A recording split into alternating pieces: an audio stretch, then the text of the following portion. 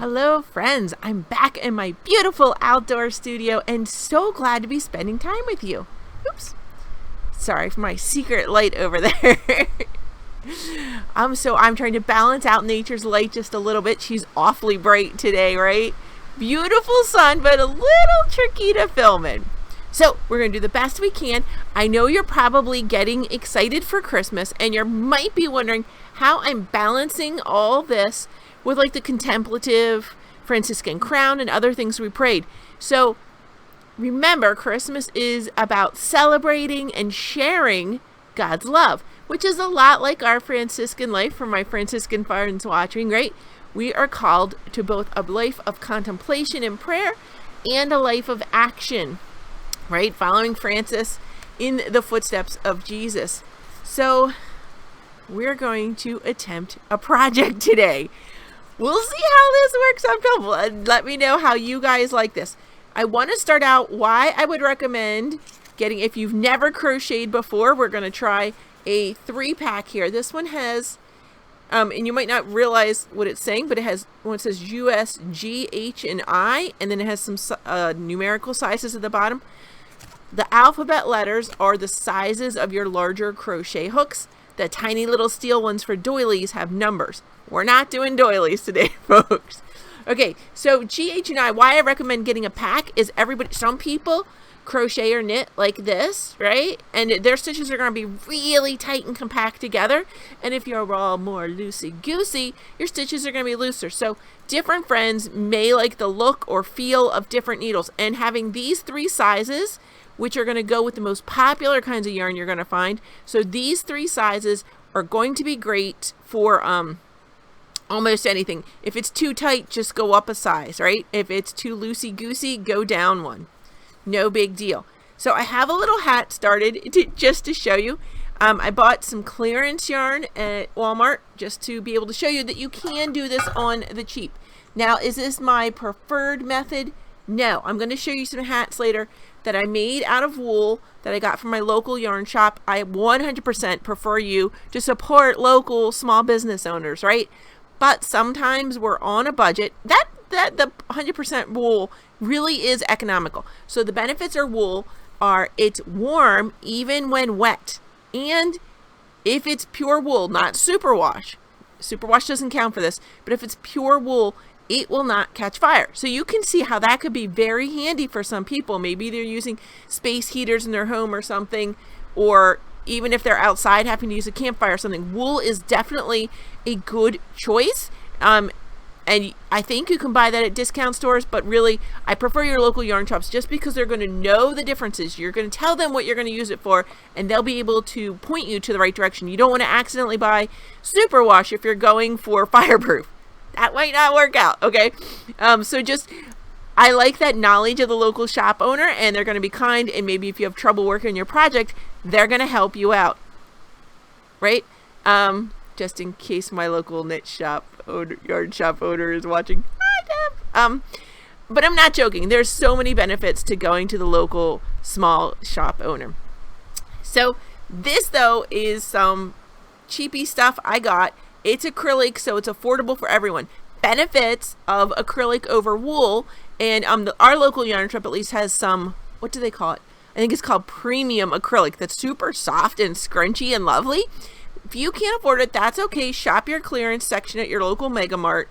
And the benefit of acrylic is it's way more washable, right? Wool, especially the ones without superwash, which is why you're probably buying wool, are hand wash only. So you'd have to wash it like in a sink or something and hang it up. But acrylic can be thrown in a washer and dryer, especially just a hat. So I've just made this little rectangle. It kind of looks like candy corn to me. It's so funny. It's just how it turned out. And you're thinking, okay, she made a rectangle. Isn't that a blanket? No. Look, if I just sew up this back part, right? If I just go ahead and sew up, and really I'm just going in, out, nothing rocket sciencey. If I just sew up that back section, look, I put it on. It's a hood. It's a pointy little elfy hood. Okay, I could finish the ends. I could put those cute little ties with tassels in the front, right? And all you have to do with that, friends, even if you can't crochet or knit, you can just braid it like you would braid somebody's hair and tie it off at the end. So super cute and easy to do. What if I sewed across the top and one side? Bam, I have a hat. Now let me see if I can hold it together and put it on, friends. Let's see. So I'm going to try a little trick here. Let's see if I can kind of show you. So if I sew up the sides, oh my goodness, it stands straight up right now. But I could gather it at the top, right? Just with a little draw cord, or I could let it kind of hang back and be slouchy. So I can get many different styles of hats out of this little rectangle depending on what I want to do. So all you have to know how to do, friends, is a rectangle. I mean, you can do a rectangle. You could just buy a rectangle of fleece even and do it. And you're like, if you're worried about sewing it up, I'm sure you can find that online, but literally you can just use this yarn. You don't have to use thread, and we're just going to go back and forth. Simple, easy, in, out, in, out, in, out. Nothing fancy. We can go over that another time. If you need help with that, let me know. Put it in the comments below, and we're going to go ahead and do that. But I'm going to try and get you started on that. Let's see if we can do that. So I have another one here. Oh, it was super tricky to find the end earlier. So this one, the end is coming off the outside. That is another thing your local yarn shop owner is going to know, where the end is in your mystery yarn. Sometimes you're supposed to pull from the middle and sometimes from the outside. And if you do the wrong one, whoa, disaster. It can just be a giant knot, right, friends? A crazy giant knot. So, oh, I just started doing it there, didn't I? Very naughty of me. So what I like to do is I fold my yarn over and I have a loop. And then I fold it over again. And I have a pretzel. And I'm going to stick my hook in and grab one of those pretzel sides and pull it. And it's not always the right one, friends, but it makes a slip knot. If you're not sure how to make a slip knot, you can play that again in slow-mo or look up a video on slip knots. In any case, you don't even have to have a slip knot, friends, right? I had a fancy smancy slip knot. You could simply just make a regular knot, leaving a loop. It's not that big a deal. You just don't want to have it too big. So this is just a regular old knot, right? It's a little too big. And so I'm going to try and scooch it up a little bit. Can I make it a little tighter? No, it's not that big deal, friends. It's just my first stitch. It's not a slip knot. Big deal. So I'm using the eye. Most of these yarns, and it's going to say on the wrapper, let's see here. There's going to be some symbols on the wrapper. Can you see them? So this one tells you kind of the weight of the yarn, how thick it is. And that's important to know. Then it tells you what size knitting needle or size crochet hook. And it has a picture, so you just match this up. Okay, this is a crochet hook. And it says I should be using... I need to really look. An eye. Oh, that's what I have in my hand. So great, I have an eye. And it tells you how big that eye is going to make if you're following their patterns, whatever. So I'm going to take it, see, just like this. I'm going to go, look, the yarn's going over it, right? And I'm going to pull that little devil through my loop. What? That's a chain stitch. So you either put the yarn over and grab it in the hook, or you can say that you're putting the hook under the yarn, whichever. But you're going to grab that yarn with the hook and pull it through. Can you see that, friends? Let me try and turn it to you. So see how that hook action grabs and pulls it through. I'll try it again. Get yarn over, right? Grabbing it here in the hook. Can you see it? Pulling through. And we're just going to do a couple more. It's not going to be perfect at first, right? So we're just going to wrap it over. The hook grabs the yarn and pulls it through. That's it. And that is called a chain stitch. Super easy to do. And then we're going to turn it. It's literally turning. We're just going to go the other direction we were. Now, if you look at the top, there's going to be little V's in it. See those V's? We're going to go under the V's. There's this little loop. Can you see this little loop here? So we're going to go under the V's and through the loop. So the V's on top, and then you've just got one strand on the bottom. And we're going to put our yarn over again, pull it through. Now I have two loops on my hook. What to do? Yarn over, pull it through. Again, we're going to go under that V.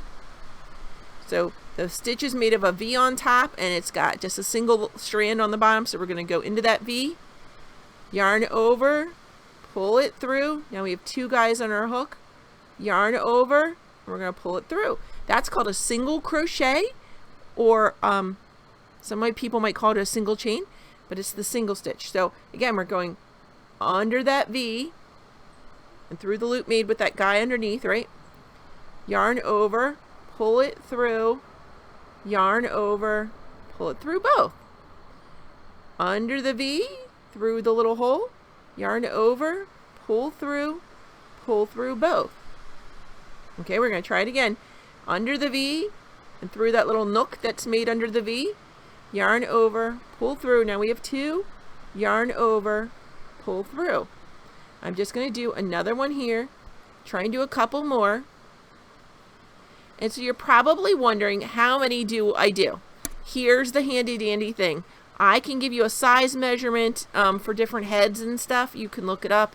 You want like a 5-inch square for a certain person or something, right? Newborns are generally considered grapefruit size. So you can go buy a grapefruit, do your chain, wrap it, or keep going until it can wrap around the grapefruit, and then you know you have the right size for an infant. If you want the size for a NICU baby, that's about the size of an orange. But if you're making it for NICU, be sure to call your local NICU unit. Sometimes they're overwhelmed and sometimes they have a great need. They may want a particular yarn. You need to ask them first. Don't overwhelm them with your with your good wishes and donations, right? You want to make sure that it can be used. If they can't use them there, you might be able to sell them, let little girls use them for dolls or something. So it's still a lovely use.